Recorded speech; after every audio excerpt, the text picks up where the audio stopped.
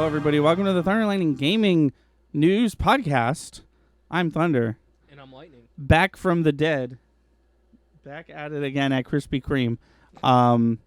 We're here to talk about video games. There's so much to talk about, so I'm just going to get right into it with the game I've been playing this week, which is called Sea of Stars. I've been waiting for this game for so long. It's an indie game made by Sabotage Studios, the developers that made The Messenger, which was like an action 2D platformer. Sea of Stars is a Chrono Trigger-inspired RPG. And I played the whole entire thing. I 100%ed this game, except I didn't. We'll get to that in a sec. It was so good. Couldn't put it down. Only put it down to die and go to hell and come right back. Because I started playing it before I was sick, and then like 2 weeks later I picked it up again. But it was just so good. I definitely see what they mean by Chrono Trigger influence. But they didn't lean too heavily on that. I'm not sitting here like rolling my eyes like, okay, guys, you don't have to be exactly Chrono Trigger. Like, I'm not doing that. It was a nice mix of like stuff I haven't really seen in a game like this before, and where they're clearly drawing inspiration from Chrono Trigger. Cool. It was cool. It was a very good game. I'm not going to spoil it, but there was one thing that they did in the final boss that was so cool. The final boss has, and this is spoiler free, I promise.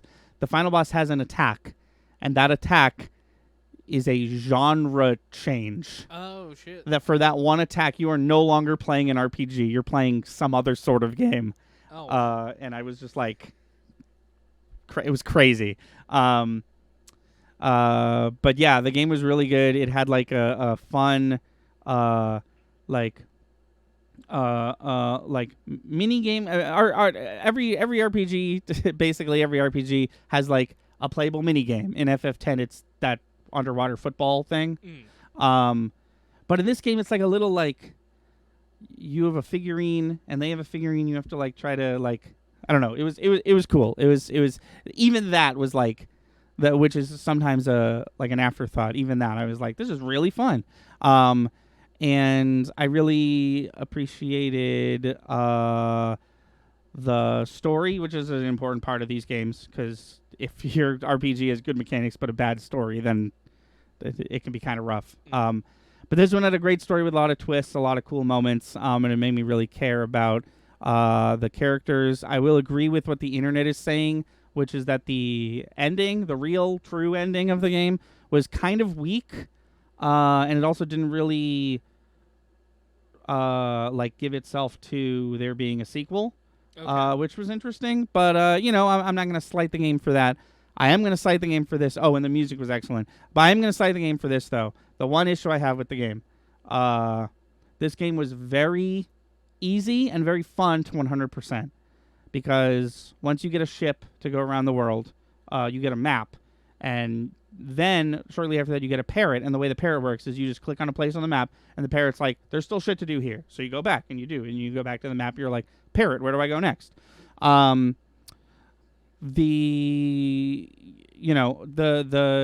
the main story, and then there's bonus missions. The bonus missions were like maybe an afternoon of work, which was cool. It was a lot of tough boss fights. And then I beat the game, and I did everything, and I've 100% of this game, and it's completely under my belt, and I no longer want to play it, and I'm still missing one achievement. Exactly one. Because this game has something called relics.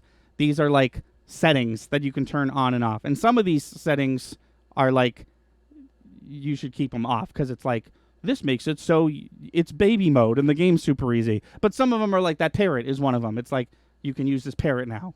So it's like, not really a setting. It's sort of like a necessary gameplay mechanic. But there's one of them which essentially changes the entire how combat works. They make it so enemies take less damage. You take way more damage. But if you can block properly, you'll take 0 damage. So it's really like a gamble, basically. You get this relic at the very end of the game. And the achievement I'm missing is fight 10 boss fights with that relic on.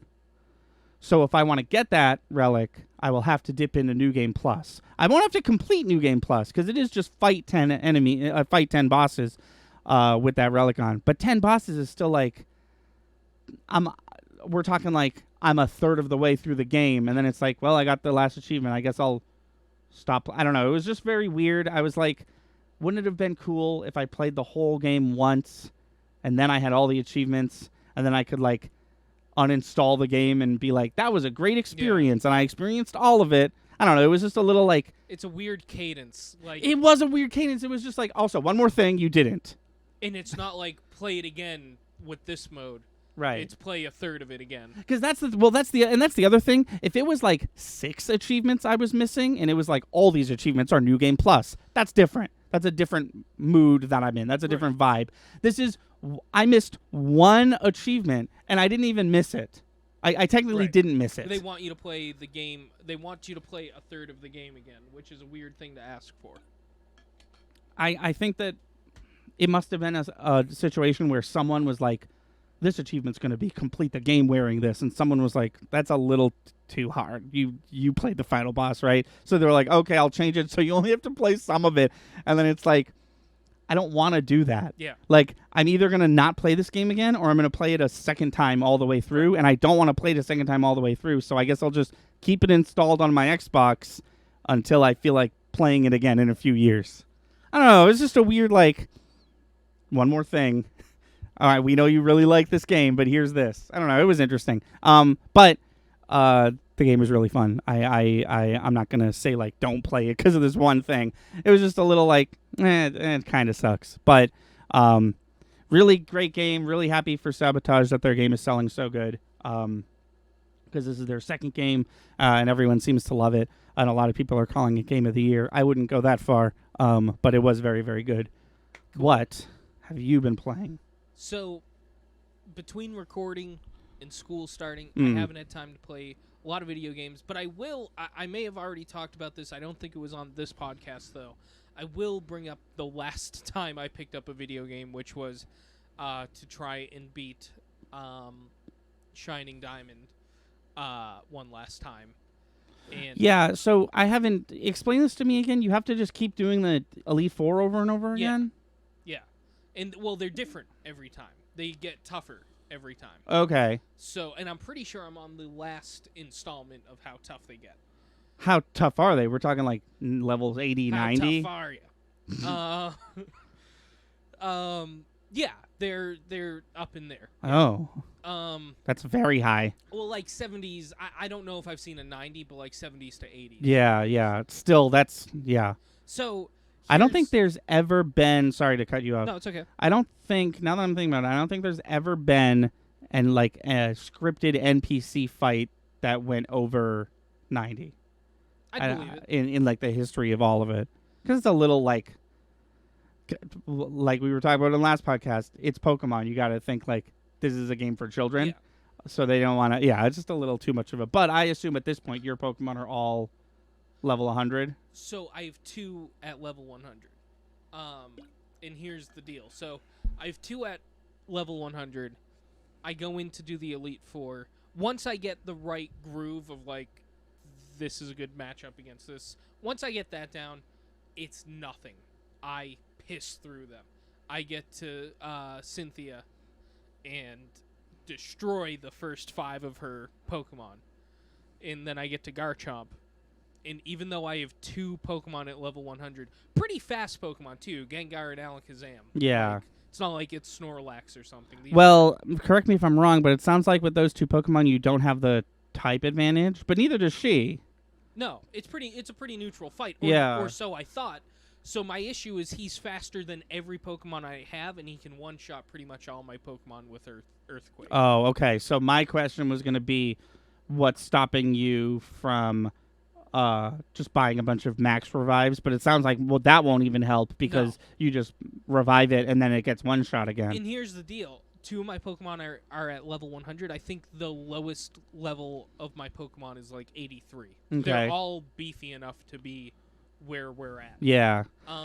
So I guess here's what I'm going to have to do. And it's becoming on a much more minor level. It's becoming an Elden Ring problem of like, okay, I guess I'll go level up some more. Right. I already did a lot of that, Right. but I guess I'll make every Pokemon I have level 100. Well, I mean, I'd start with a Pokemon that is strong against Garchomp, because that'll give my you. Gyarados. My Gyarados. There you go, has, yeah. Your Gyarados is flying type. It can't get harmed by Earthquake. He has another move that's just fucking Gyarados. Oh, okay. Okay. He's got a move for every. No, I remember this Garchomp being a son of a bitch. Yeah, it really back is. in the day. Here's what I'm gonna do. I'm gonna level all my Pokemon up to 100. Mm-hmm. I'm gonna do the Elite Four again. Once I'm back into my groove, I'm not gonna try it once and yeah. And be like, fuck. But once I get in a groove and once I give it a good shot, that was a good shot. I got to. I'd say you were one away. Right. One out of what, 30? Yeah, that was a really good shot, and it was really upsetting because I did have a bunch of max revives and stuff. And now you've used them. No, I still could have kept going. It just got to a point where it was like, I'm just bleeding out, and I'm not even getting a shot in. Right. Now I'm just wasting resources. Yeah. So, also, I think he just got me on one. I was going to be willing to do it because this might be the end of the game, but I think he got one good shot right. in, and it was like, I think I literally had a situation where I was like, all right, I'm going to revive this Pokemon on my turn. Unless he crits, I don't think I'm dead, and then he crit. I was like, cool. Yeah. Thank you, game. So first of all, we got a hi guys in the chat. Hello. Hello. Welcome on in. Welcome home. Hope that the dog was okay. So I have a thought, and this is absolutely not the vibe, and this is clearly not what Pokemon wants you to do. But my thought is that Earthquake is a 10 PowerPoint move. So essentially, you could just keep reviving until she doesn't have Earthquake anymore. That was my game plan. Yeah? Yeah. That didn't work, though? No, because it's just super powerful. The Garchomp, I mean. Right. Because it wasn't just Earthquake. Earthquake was a bitch, but any right. other move that it had, it was doing major damage to every Pokemon that I Interesting. had. Yeah. Yeah, I guess I could just... And like I said, that is absolutely not the vibe. That sucks. And that's clearly not what Pokemon Company wanted you to do. I want to play, but you're right. I could just stall until she's out of moves and then fight it. But that was a big issue catching legendaries back in the day because catching legendaries was like a fucking whole thing. Mm-hmm. And I remember specifically it was Lugia in Heart Gold, Soul Silver. Lugia refused to get caught, used all of its moves, and then it was left with Struggle. And if you know what Struggle does... Struggle is the move that Pokemon use when they have no moves. It hits for recoil because it's supposed to suck. So I have him down to this much health so I can catch him. He's not being caught. He uses Struggle once, kills himself. And now I'm back to the beginning of the game, the fight. I have that issue catching a Pokemon in this game. Yeah. There's a legendary that did that to me. Was it Dialga or was it one of the weird? That was like Heatran or whatever. It was Heatran. It was Yeah, I remember struggling with Heatran. Here's the deal. Here's the fucking deal. Yeah. Every time you beat the Elite Four, he'll come back, and you can try again. Why would you do it that way and not just save in front of him, and then? Because I forgot. Okay. That was my fault, but yeah. I see. So you're waiting to. You tried it, forgot to do that. You're waiting to beat the Elite Four again, so he'll come back. You can get him again. Yeah. I see. We got a strat in chat, Quick Claw, and then something with Ice Beam. My Gyarados also has Ice Beam. I don't have a Quick Claw. Oh, you could get that super easy. That's like I think you literally just like missed the person you talked to. I just Google where's Quick Claw, and I'm sure it would be like this person in this town. Because I'll absolutely. Because that's an item every player is supposed to have. Yeah, I'll absolutely equip Quick Claw. I've actually been kind of frustrated I haven't had it. But yeah, okay, if I can do that, I'll definitely do it. But yeah, that was my situation. And I'm going to give it one last go. But also, it was just very... I just felt very defeated. Mm. And I was like, I'm going to set this down for a bit. Also, I have important things coming up, so... Right. Sorry, I'm prepping the next thing. I'm still listening to you, I promise. That's really all I had. Sorry. You're good. That cough made my ear start ringing. Okay. we have a lot to talk about. Let's do it. First and foremost, the next 2 months are like the biggest in gaming in quite a few years. And the biggest day in gaming in quite a few years is, in my opinion, coming 4 days from now on September 19th. We're going to get Lies of P, and we're going to get Mortal Kombat 1. Nice. I am getting both of these games. I am so very excited for both of them. I've been seeing stuff about Mortal Kombat, and I'm just so excited. Mortal Kombat X, which was 2 Mortal Kombats ago, it was very combo heavy. Like every single, Evo match was like, oh, that guy got 1 hit in. But now this round, that guy got 1 hit in because it's just like you just can't drop a combo. They got rid of that in 11. I really like 11, but I definitely liked 10 more. It seems like it's back to how it was in 10 in this one. Okay. And I'm really looking forward to it. Also, something interesting about 10 that's happening, which I can't get over. I'm obsessed with this. So there is one character that they have yet to reveal. A few things happened. Ed Boon said that the story mode of this game, because Mortal Kombat's notorious for having long, intricate story modes, even though it's a fighting game. The story mode of this game has an after the credits scene, and Ed Boon's words, the after the credits scene is going to blow your mind. Okay. So people assume that last character they haven't revealed is going to be revealed in that scene or Gotcha. something. Now, this game leaked. The entire roster of this game leaked, but that character didn't. Oh. So, like, if you broke into GameStop right now and got yourself a copy of this game and went home and played it, you would boot up the character select screen, and every character would be there except for the character that we don't know about and Shang Tsung, because Shang Tsung is pre-order DLC. Mm-hmm. Now, what's interesting is that Shang Tsung, you can see him, and he has a little lock on his picture. The other one is just a gray silhouette. So they have, leak-proofed their roster. So no one knows who this last character is. I have a theory. Lay it on me. Having this be the first time I've heard this information, I bet for the first time ever it's a make your own. It's a character creator. That would not be the first time. Then whatever. Then forget it. Yeah, I really don't know. I don't think it's going to be a guest character, because guest characters are saved for DLC. Right. So it's got to be a Mortal Kombat character. But what Mortal Kombat character do I know about that's so cool that I can't? I don't know. It was, because like there's one cameo. What if it's the dragon in the logo? The dragon in the logo. Not many people know this is Liu Kang. So technically that dragon is playable. Sorry, you're up against a Mortal Kombat trivia master. There's also one cameo fighter that hasn't been revealed yet, but that did leak. It's Quan Chi.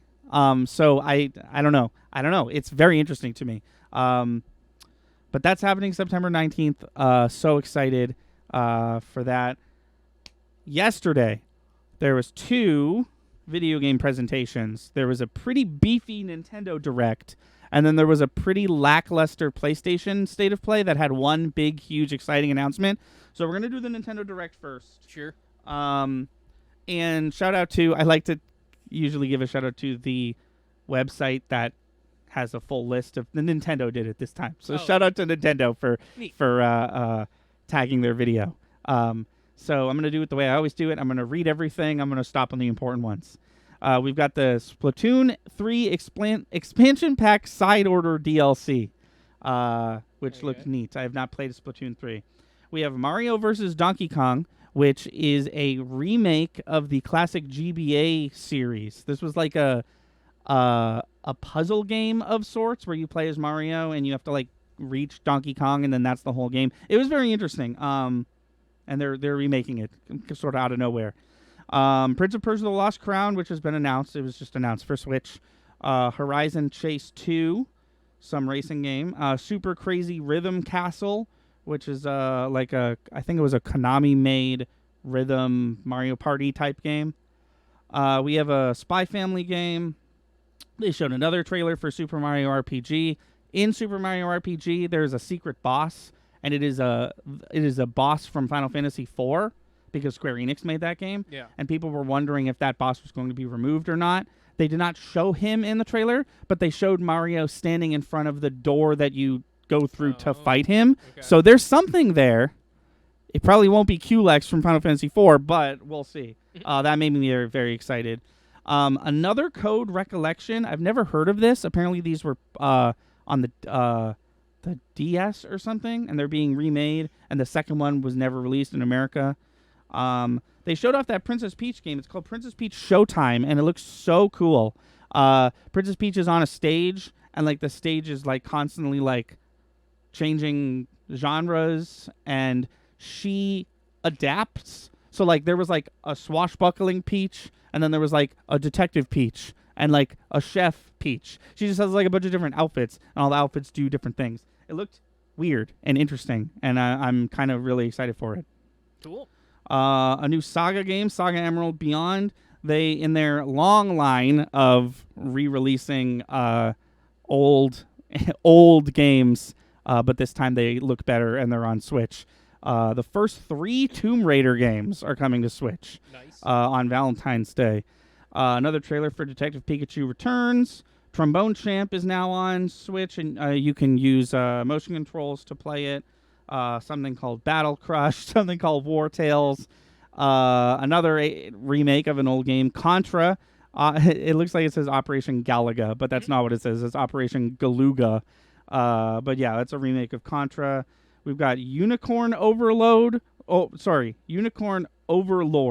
which was an Atlas-produced strategy game. It looked not good, and then the trailer was like, watch as Atlas redefines the... And I was like, okay, calm down. It's called Unicorn Overlord. We got Luigi's Mansion 2 HD, already announced. I think it got a release date.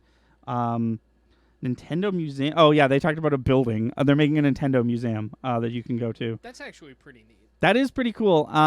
And I like the fact that they called it the Nintendo Museum when you know it's just going to be Mario and Zelda. Oh, yeah. And they might, you know what it is? It'll be a lot of Mario and Zelda. It'll be all the consoles. And it'll probably be the Hanafuda cards that they made way back in the day. Yeah.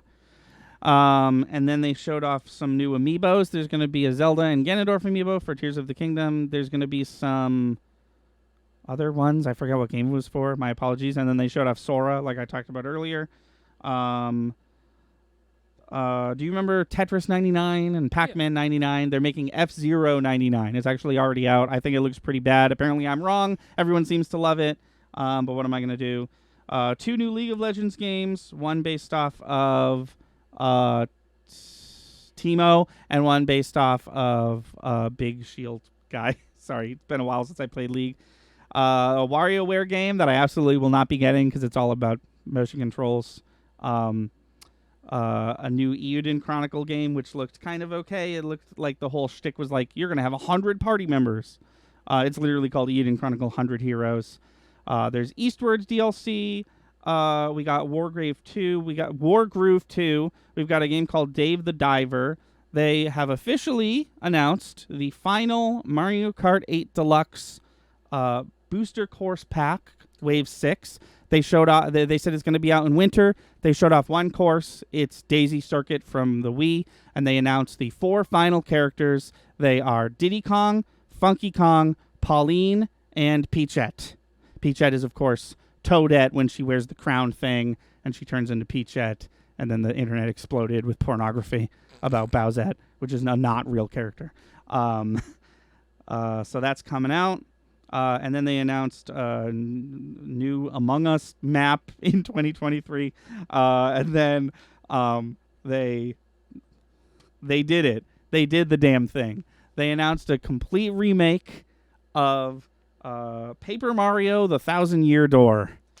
That's cool. Oh, it's a complete remake, so it's not a port. They're remaking it. No, it's better, new graphics, new game. Yeah. Pauline told me that, and I thought it was a port, and I was like, that's neat. I wish they'd do it. I wish they'd port all of them. Well, you can, but yeah, see, that's the thing when you use the word port, because you can play Paper Mario on Switch. Oh, you can? Yeah, on the Nintendo N64, the classic. Yeah. Whatever it's called. Yeah. Okay. It's called the Nintendo Switch Online N64 Classic Collection.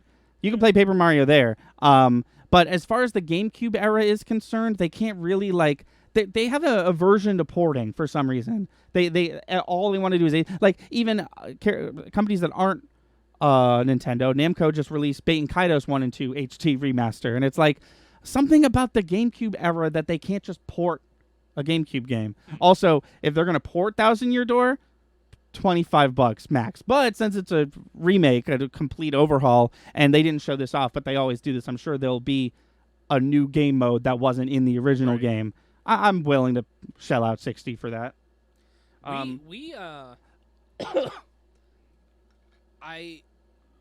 think when it comes to my turn for picking games for this channel, I think I'm gonna stick with Mario, because you and I have, I would say, three video game series that we want to play all the games of together. That being Mario, Zelda, and Kingdom Hearts. And I want to keep that going. Okay. And here's the thing. I think this is what I'll do. I don't want to overload our channel with the same series, but I definitely want to keep them in the mix. Yeah. I mean, we could literally just, if we're playing a Mario game, we're not playing a Zelda or a Kingdom Hearts, and then next we'll pick a different, Yeah, I like that. So that's it for the Nintendo Direct. It was super long. It was really meaty. Lots of cool stuff. Lots of stuff coming out this year. But also, before the Direct started, it was like, blah, blah, blah, games coming out this year. I was like, okay. And then a lot of the games were games that are going to be out January, February. So I'm excited for that. You know what series I want to get into I meant to tell you? What is that? Hitman. Oh, so Hitman is interesting because new Hitman is not old Hitman. I don't like old Hitman. I think they're kind of unapproachable in terms of difficulty. New Hitman, if we're talking like Hitman 1, 2, and 3, some of the best video games I've ever played. But also, if we're talking about like I want to get into Hitman, just buy Hitman 3, because Hitman 3 comes with the entirety of Hitman 1 and Hitman 2 in it. Oh, interesting. So now is the perfect time to get into Hitman. Okay. I recommend. Open world at all? No, they're very much not open world. There, you have one map. It's a huge map, but that map is essentially open world, where it's like you're here, your target is here, you have to kill them this way.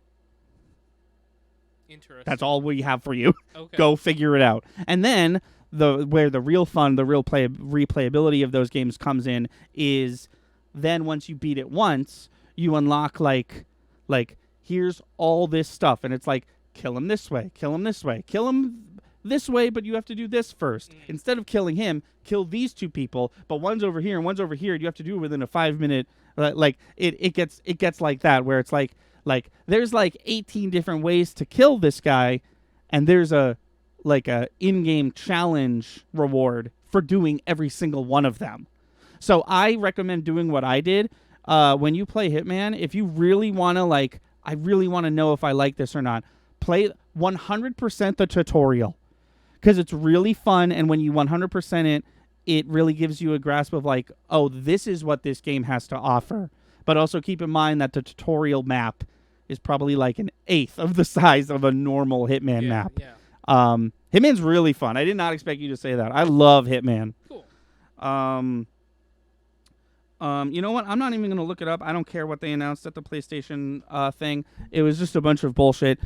There was 3 things, too. They talked about Spider-Man 2, and they didn't really say... They basically said the map is bigger, and you can, in fact, switch between the 2 Spider-Men instantly. Yeah. They said some missions are going to be mile-specific, and some are, whatever. But it was just essentially stuff that we already assumed. Yeah. Game's still coming out. Game still looks great. They said over 60 costumes. Wow. Which is pretty cool. So that was cool. They announced Resident Evil 4 VR, and I kind of rolled my eyes. I was like, does every Resident Evil game have to have VR? And also the Resident Evil 4 VR is coming out summer of next year, and I'm like, why so long? But then they announced that they're making the Separate Ways DLC. So in the original Resident Evil 4, there was a completely different DLC where you play as Ada, and you get to see what she's been doing the whole time. And her DLC was really cool because there were actual areas in her DLC that were not in Leon's campaign. So they're going to do that. That's releasing this month. And with that, they're releasing Ada and Wesker playable in Mercenaries mode. So I'm very excited for that. But the big news, the big, huge news, there was a super long, we're talking like 3.5 minutes gameplay trailer for Final Fantasy VII Rebirth featuring a release date for the game. Nice. So they showed off so much. They showed off the open world. They showed off chocobo riding. They showed off Cosmo Canyon during the day. They showed off Yuffie and Kate Sith. They showed Vincent for a split second. He's voiced by Matt Mercer, which is super exciting. They showed Zack. So they are going to do like here's what the other timeline is doing while you're fucking it up in this timeline. They teased playable Sephiroth, which is always exciting. And the release date is sooner than anyone expected. It's coming out February 24th. Nice. So I am so excited for that. I was already excited for that because I love Final Fantasy VII, and Final Fantasy VII Remake was very, very good. This one, like, there's no doubt in my mind it's going to be better and, like, everything I wanted. They just showed so much. They showed, like because what they did was they took Final Fantasy VII and they turned it into 3 games, right? So in Final Fantasy VII, you're in the town of Midgar, and you're in this town for probably like 9 to 12 hours of your 60-plus hour experience playing this game. And for the first game, all they did was that. They took that and they expanded just Midgar to its own fleshed out like 30 to 40 hour experience. Once you leave Midgar, the credits roll. And then you're like, as a Final Fantasy VII fan, you're like, I still have like 5/6 of this game to get through. Yeah. So they showed like way more than I thought they were gonna. Like I anticipate, this is my prediction.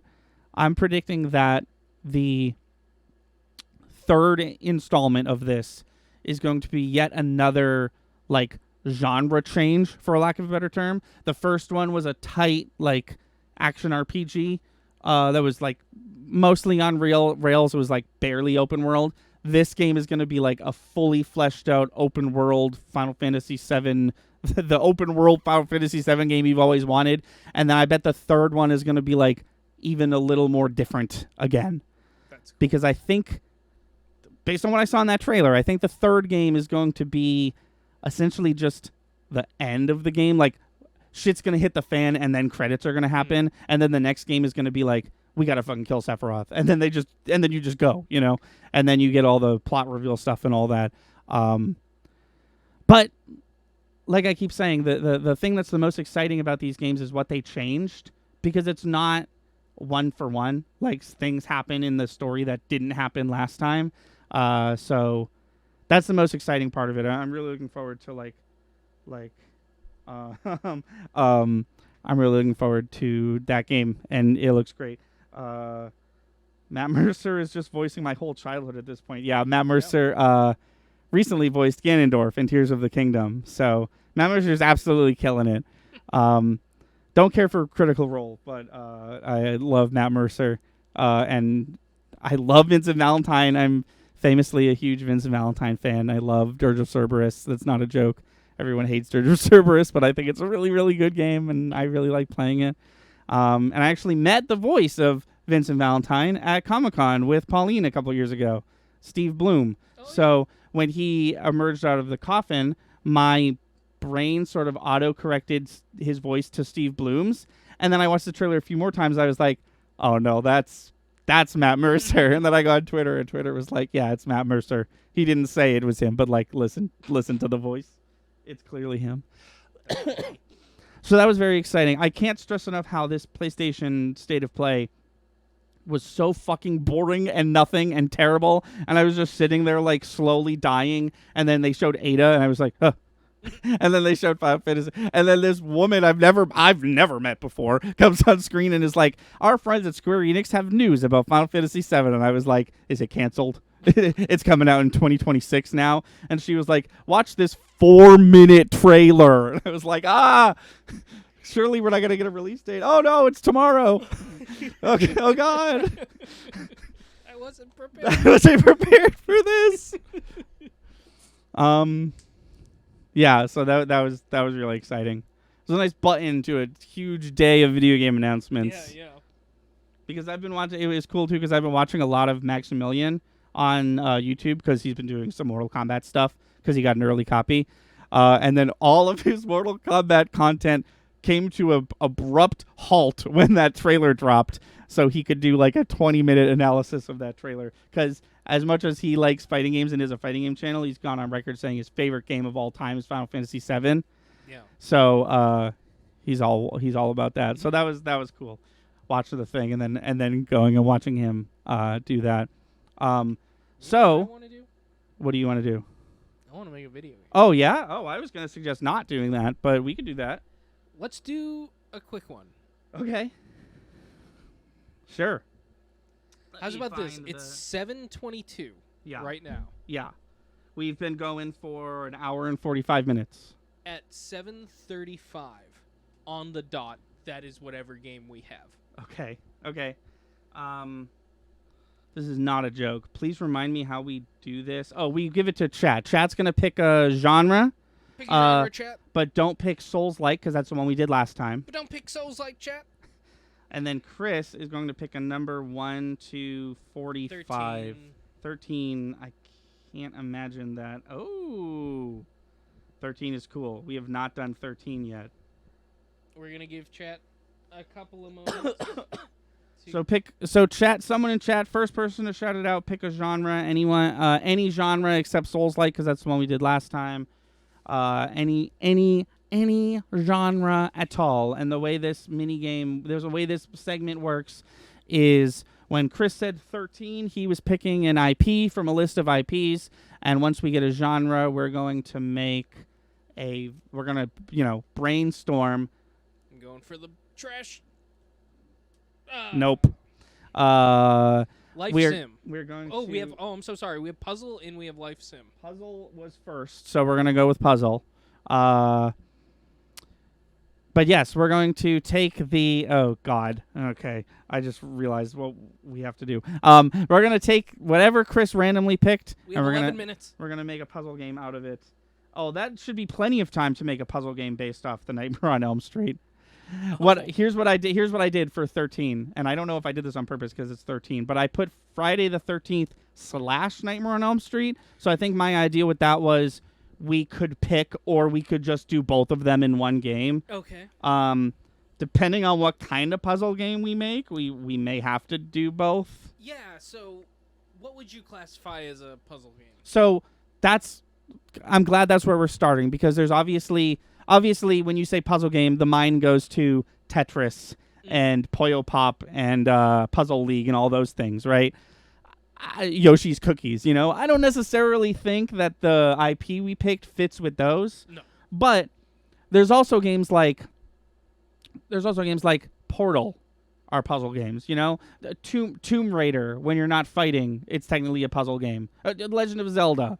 What are the dungeons if not puzzle games, So it doesn't have to be a 2-dimensional blick block puzzle game, So it doesn't have to be Candy Crush. I know I've suggested something like this before, but it seems like it'd be most applicable in this game.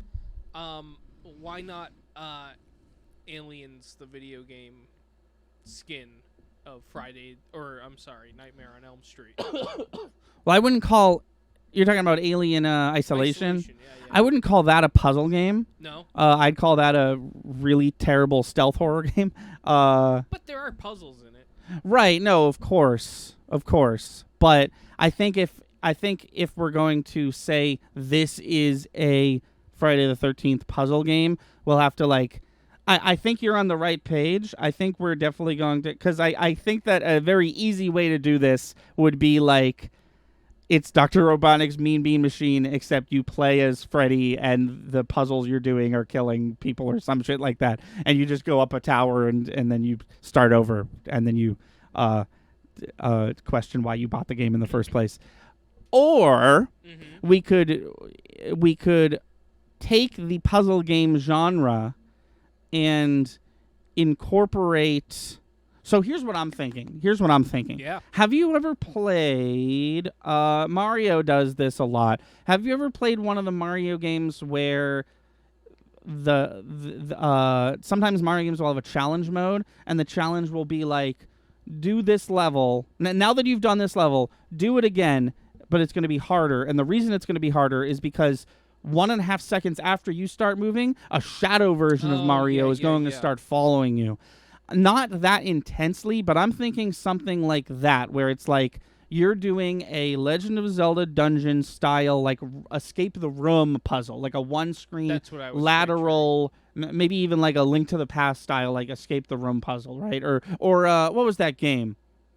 Phantom Hourglass is what I'm thinking of. Says Legend of Zelda Phantom Hourglass for the DS. I'm thinking like a one-room lateral puzzle where there's a timer, and it's a very active timer in the form of you are going to get killed by Jason or Freddy, and you have no, like, I think in order to keep it within the genre of puzzle, no way of defending yourself. No guns. No, it's just like, but I also want a thing of like, oh, time's up, Freddy's here, but it's not an instant death, because then that's just like a puzzle game with a time limit. I want it to be like, you can still complete the puzzle, but Freddy's gonna be there, and if he catches you, it's game over. Aspect of like the aliens right there, you're hiding. It's gonna be near impossible to get around it, but if you do, well, see, that's what I'm saying. I'm saying no hiding. I'm saying you can't hide. He knows where you are. He's on his way to get you. You have to, going back to that Mario thing I was talking about, you have to continue to beat this puzzle, but Freddy's gonna be on your ass the whole time. Okay. You know what I mean? So you're not hiding from him. There is no hiding from him. It's more like, oh, I'm not done with this room yet. I'm like almost done. I just have to like, and then we're in a situation where it's like, all I have to do is move this block up and this one left, but I'm going to have to go all the way around the outside of the thing in order to do that, just to circumvent Freddy from A Nightmare on Elm Street. Can I put a frame around this? Sure. I'm going to put in return to the Oberdin spin.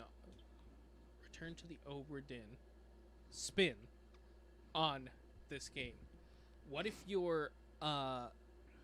the whole story of this game is you are a medium who's been brought into an investigation the day after the murders, and you touch the body and you see what's going on at the time that they were killed, and if you don't complete that puzzle, you don't get to find out what happened to them. Okay. So the point of the whole puzzle of the game is what happened here. Right. You, the player, already know what happened there, but you need to get the information filled out for the police. You know Freddy got him. You're playing the game. Right, you know what happened.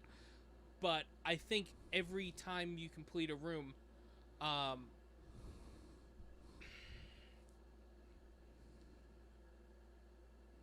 think you don't get to see Freddy until the end of the game. Even if he's in the room, I think he's like a shadowy figure. Okay. And whether it's quick or not, you know, whatever the attack or the final blow is, you just kind of see the claws. Oh, I think that'd make for a cool game over screen too. Yeah. Okay. Let me tweak it a little further, because I think we're almost. I think we're almost there, and we have 5 full minutes, because I think we're on to something. Yeah. So we have a lot of concepts. I want to sort of like grab a bunch and conify it. So here's the game. The game is like Ghost Trick or Murdered Soul Suspect, or no, I guess not like that. It's more like iZombie, where you are a medium. Friday the 13th of sorry. And by the way, fuck Jason. I think this is a full Freddy game. Sure. Nightmare on Elm Street.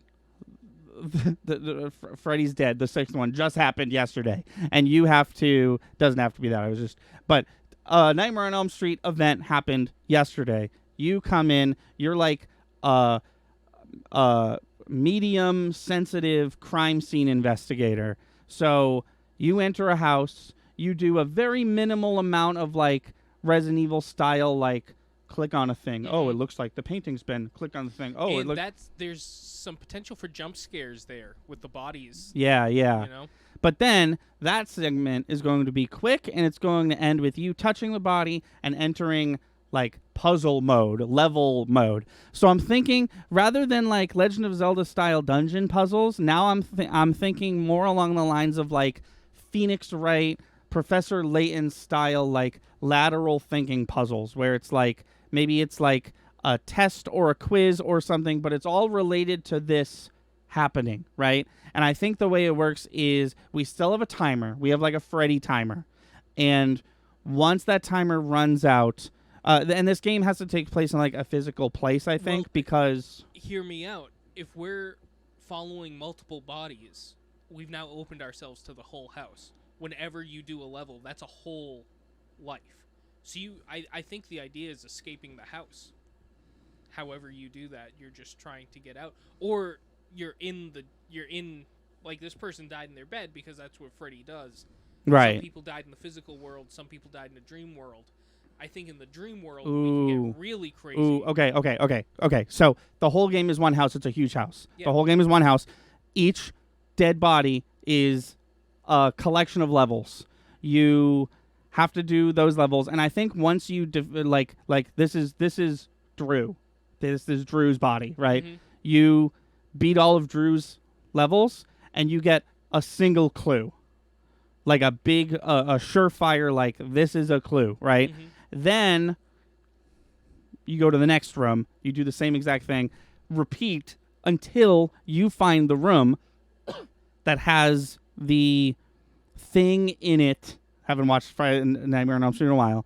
You find the thing in it that lets you accidentally stumble into the dream dimension. Now you do the entire house again backwards. Every room is different because it's now like dream version, nightmare version of the room. You do all the bodies again. It's not the same puzzles, obviously, because that'd be boring.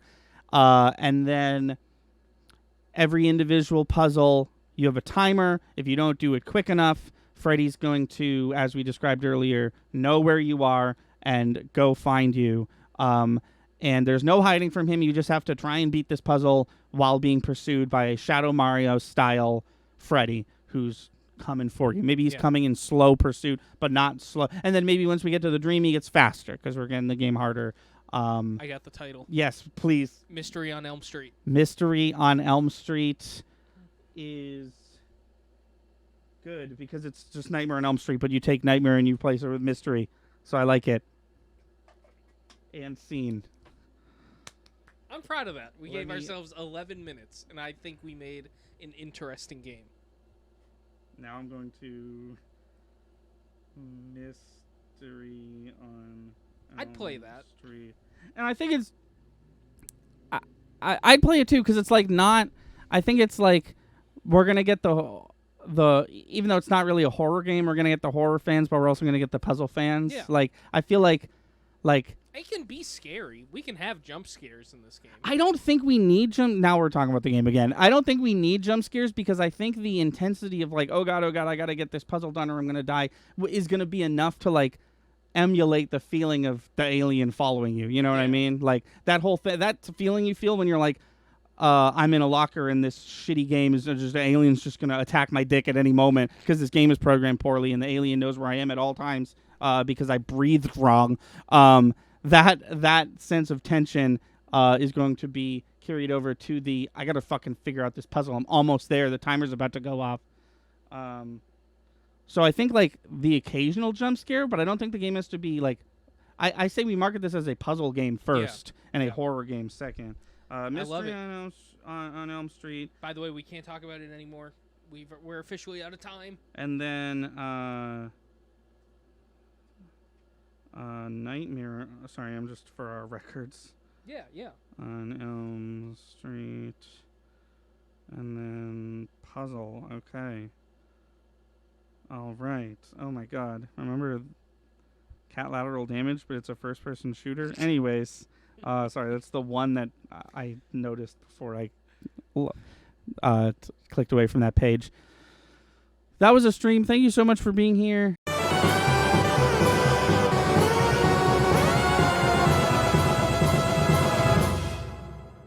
Thank you for watching. Please be sure to like and subscribe. Our channel has daily uploads from podcast video essays, Let's Plays to skits. Be sure to watch on Twitch. We stream all our video game and podcast content live at 5 EST every Wednesday, Friday, and Sunday. Our intro is by Brad Kendrick and music by Froggy and the Friendship. Link to all that in the description below. Thanks again, and we'll see you next time.